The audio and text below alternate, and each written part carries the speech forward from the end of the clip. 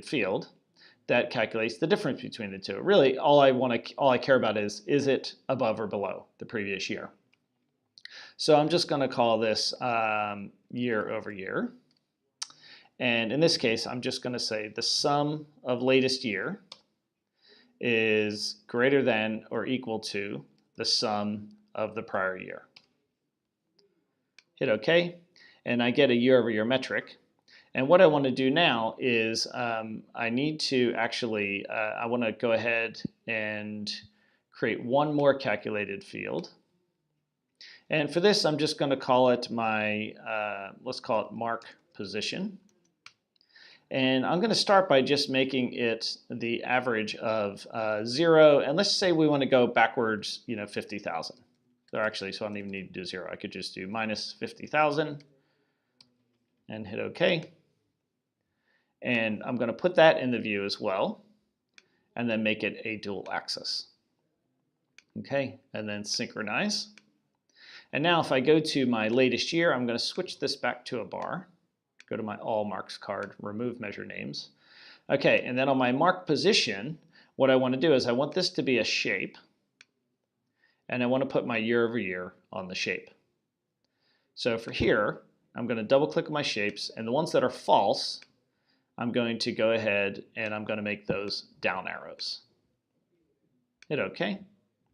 And then I'm going to right click on my true and go ahead and hide those because I don't really care to see those. And then I'm also going to drag my year over year to color because I want those to be red. Okay, so now I can drag the size a little bit, make it a little bit bigger. All right, something like that. From here, I would probably go ahead and untick the show header and turn off the tooltip for that mark. Okay, so now we can see whether it's up or down. But the issue now is if I start adding dimensions, so consider the white space between the arrow and the bars. If I add something like region, you'll see I now get a much bigger gap. What I really want to solve is I always want the gap to be the same size. So in other words, it should always be the same distance from the left edge of the bar. So what I'm going to do is I'm going to go ahead and create a and actually I've got one more issue I think I need to solve here. So let me put subcategory here. That's not the one I'm looking for. So there is an instance. Let me see if I can find it here. Okay, but anyway, you can see how the problem continues to get worse and worse. So what we need to do is we need to make this dynamic. So I'm going to just go ahead and duplicate this sheet, because we're going to leave that one alone. And I'm going to create another calculated field. And this time I'm going to call it, I'll call this one alert position. And really what I want to say is I want to say if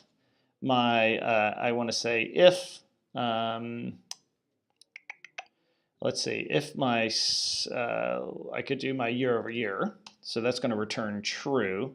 So if that is true, then I want to return my, so in other words, if that's bigger, then I want to return my sum of actually I just want to return the sum of, let's see, latest year.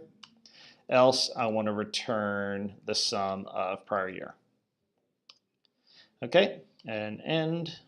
And this is going to basically return that value. So let's see what that does so far. So let's replace mark position with alert position. Okay, so you see how that kind of places it out there. So it's not quite what we're looking for. So what I actually want to do is I want to take the window max of this. So I want to do the window max and then just wrap this whole thing in a window max. All right, and hit apply. And you'll see once I hit OK and make this table down, you'll see I get that mark all the way out here on this bar, which is good. But what I really want is I want it to be to the left of the bar. So let's just continue to play with this. So I'm just going to stick a negative in front of that. And if I hit apply, you'll see it goes way out here to the end. But really what I want to do is I want to maybe multiply that by maybe 0.05. Something like that. Hit apply.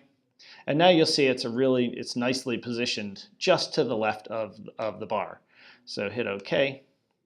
And now, as I swap out my metrics, you can see it always is the same position from, so I could put product container in here, maybe move product container to left, and my arrow is always positioned in the same spot. Maybe throw a customer segment out there.